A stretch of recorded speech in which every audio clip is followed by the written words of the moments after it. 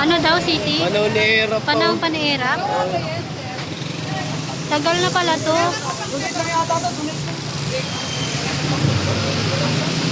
Pero may papakinabangan pa ko. Baba, hindi naman bumabaha ng malaki. Pero may pakadisplay lang dyan. Pero ayun pala, pinasa ko pa,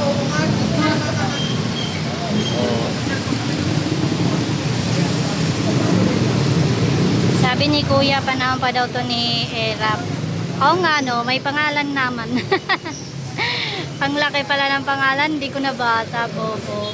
So tuloy-tuloy po ang ating clearing operation. Kasama pa rin natin ang PDO or Parcel Development Office, headed by Sir Delphine, Mark Delphine.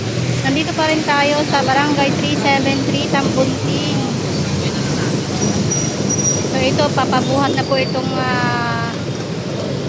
barangay patrol na sidecar, no, na nakatambak po dito. Sira, walang gulong. Ayan o, may pakakot ka raw. Oh. Ito rin, ipapahakot na rin. Pagdali natin. Hindi, pag-alin mo, tanggalin mo. May natin natin.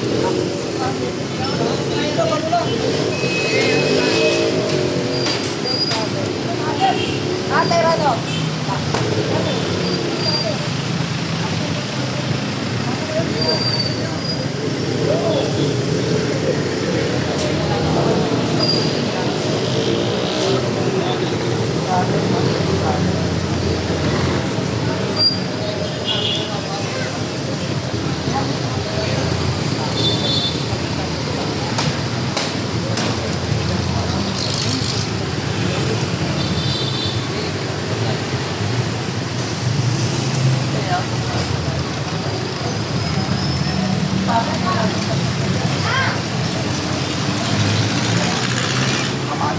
Ito, tignan mo, baka mabuksan dyan. Bye!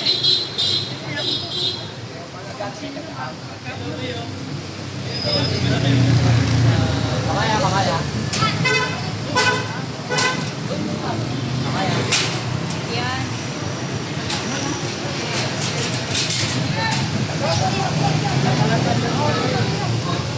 Kuha na yung kariton.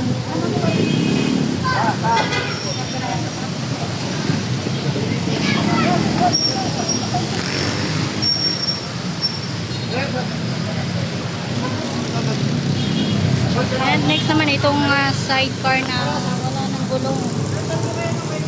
Bubuhatin na rin to. Obstruction dito sa Center Island.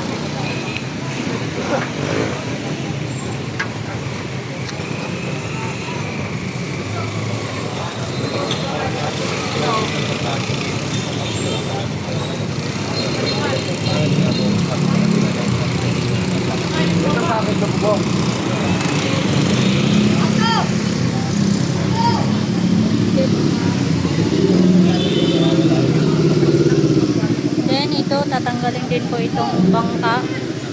Ano ba ang tawag dyan? Ano tawag dyan? Bangka, no? Alam ko. Rubber boat o plastic boat? Ah, okay. Emergency rubber boat.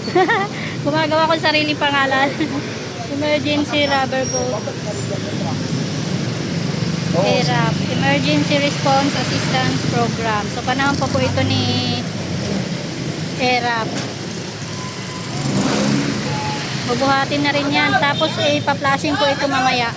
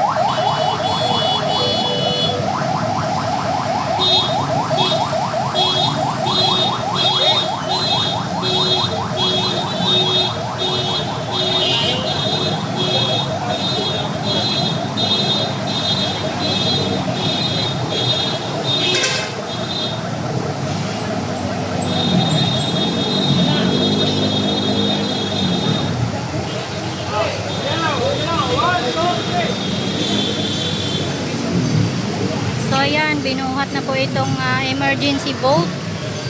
Nililipat na po dun sa barangay ni Chairman. Arwen! Umalis!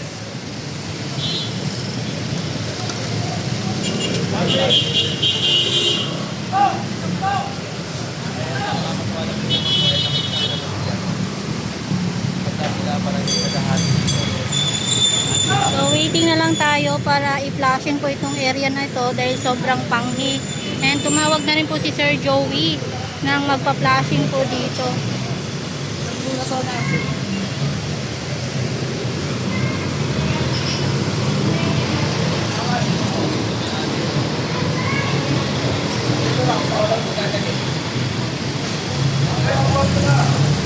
Ito yung tinatanong ni Sir Joey.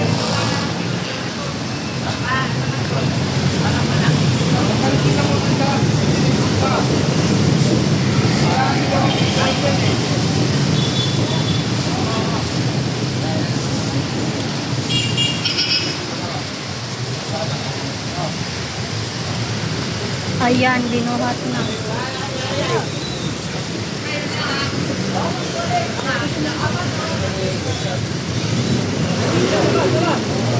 Ito kumpiskado to. Kulungan, hindi, lagayan po ng basura. Para siyang kulungan.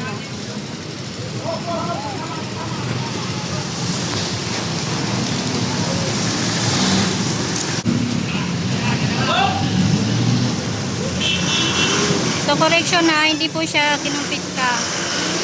Ayun dinala po sa kabila. Pasensya na, mali yung sinasabi ko kanina.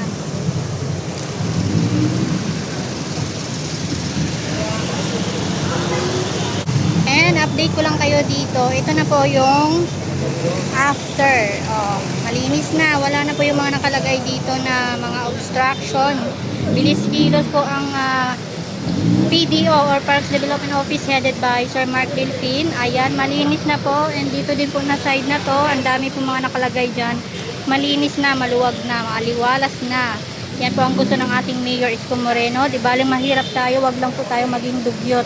So, waiting na lang po sa magpa-flashing po dito sa side na to dahil napakabaho. And nakausap na po ni Sir Joey yung mga chairman dito. Yan, malinis na po.